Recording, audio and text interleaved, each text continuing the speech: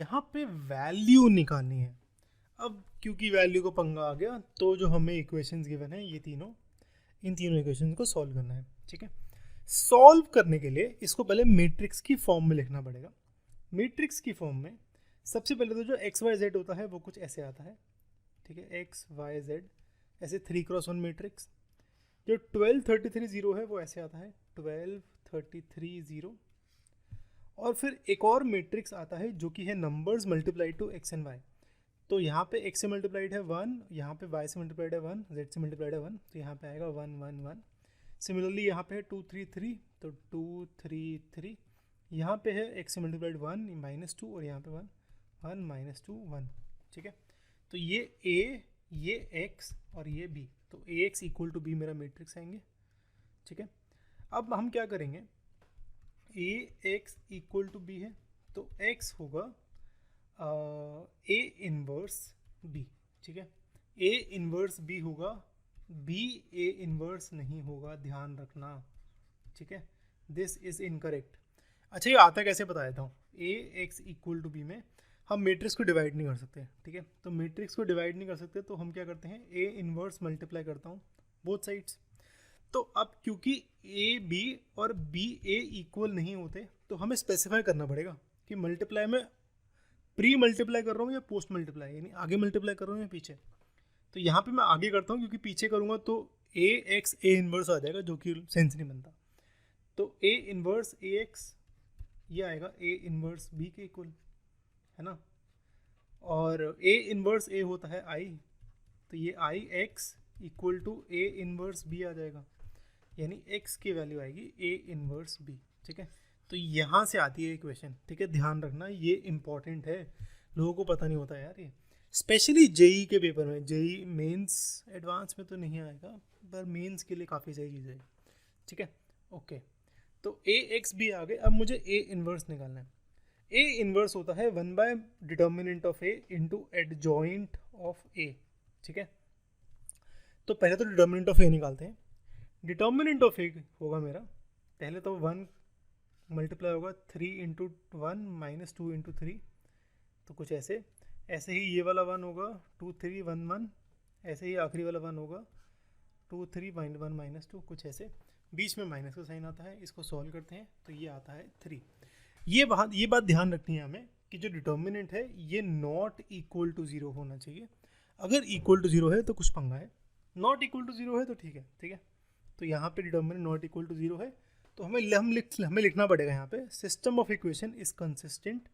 Consistent का मतलब इसका सोल्यूशन एग्जिस्ट करता है, और क्योंकि सोल्यूशन एग्जिस्ट करता है तो ये यहाँ पे यूनिक सोल्यूशन होगा, यानी एक्स वाई जेड की वैल्यू कुछ यूनिक आएगी। ठीक है, ये बहुत इंपॉर्टेंट है कंसिस्टेंसी कि यार इसका मतलब क्या होता है।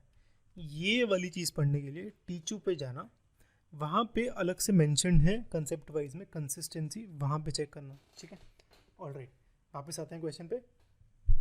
अब x है A inverse B, A inverse निकालना है। ए इनवर्स होता है ये 1 / determinant of A adjoint of A. Adjoint of A जो होता है वो होता है a11 a12 a13। ठीक है, ऐसे ही a21 a22 a23 a31 a32 a33 32 33। ठीक है, अब ध्यान रखना 1 1 1 2 1 3 यहाँ पे ऐसे है ये। ओके, यानी first row first row first row, तो यहाँ पे ये 1 1 1 2 1 3 ऐसे होने चाहिए, पर इसका ट्रांसपोज है तो ये ऐसे नीचे की तरफ है। ठीक है, सबसे पहले इंपॉर्टेंट बात तो यही थी। दूसरी बात है कैसे निकालें, तो यहाँ पे मैं 2 स्टेप्स में निकाल रहा हूँ पर आप इकट्ठे भी कर सकते हो।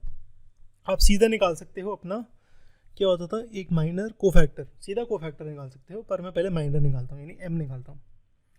m11 जो होगा मेरा, उसमें फर्स्ट रो फर्स्ट कॉलम को भूल जाओ, तो ये 3 × 1 -2 × -3, तो ये आएगा 3 × 1 -2 × 3, तो ये आएगा 3 + 6 यानी 9। ठीक है, तो पहले m निकाल रहे हैं, फिर m12 first row second column, first row second column, तो ये 2 3 1 2 आएगा, 2 3 1 1 आएगा, तो ये आएगा 2 - 3 यानी -1। सिमिलरली सारे हो जाएंगे, तो ये कुछ ऐसे लिख दिया मैंने तरीके से, इसको चेक कर लेना आप। इसके बाद ए जो होते हैं मेरे, वहाँ पे -1 की पावर, जो यहाँ पे नंबर्स हैं 1 + 1, ये ऐड हो जाएगा 1 + 1। तो आपको डायरेक्टली पता चल जाना चाहिए जो जिनकी पावर इवन है। तो 1 + 1 4, 1 + 1 2 होता है इवन, 1 + 3 इवन होता है, 2 + 2 इवन होता है, 3 + 1 इवन होता है, 3 + 3 इवन होता है। तो ये सारा को साइन चेंज नहीं होगा, बाकी को साइन चेंज होगा, इसका इसका इसका इसका, ये सबका साइन चेंज होगा। ठीक है, साइन चेंज हो गया। इसके बाद एडजॉइंट ए जो लिखेंगे वो ऐसे आएगा A1 1 1 2 1 3। ठीक है, ऐसे ही 2 1 2 2 2 3।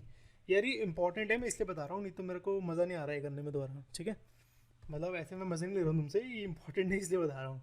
ठीक है, तो A2 2 A3 3 ये ट्रांसपोज देना जरूरी है, नहीं तो भाई इन्वर्स नहीं निकलेगा, फालतू पैसे नहीं यार, मार्क्स कट देंगे, सॉरी। तो एडजॉइंट ऑफ ए मेरा कुछ ऐसे आ गया। ठीक है, अब क्या करना है, ए इन्वर्स में डिटर्मिनेंट ऑफ ए 1/3 डिवाइड कर दो, ये कुछ ऐसे आ जाएगा। अब एक्स ए इन्वर्स बी में 1/3 को मैंने बाहर ही छोड़ दिया अभी फिलहाल के लिए, ये वैल्यू डाली, इन दोनों को मल्टीप्लाई करा, तो यहाँ पे first row first column multiply होगा, तो 9 × 12 -3 × 33 0 × 0, ऐसे ही एंड सो ऑन। तो ये मेरा सॉल्व करके कुछ ऐसे आएगा। 3 से डिवाइड करता हूँ, ये आएगा 9/3 12/3, 9/3 12/3 15/3, 9/3 is 3, 12/3 is 4, 15/3 is 5। तो ये आ गया एक्स वाई जेड 3 4 5। तो यानी एक्स वाई और जेड की वैल्यू ये आ गई। अब जेड की वैल्यू 5 आ गई, तो मेरा ऑप्शन सी करेक्ट है। ठीक है।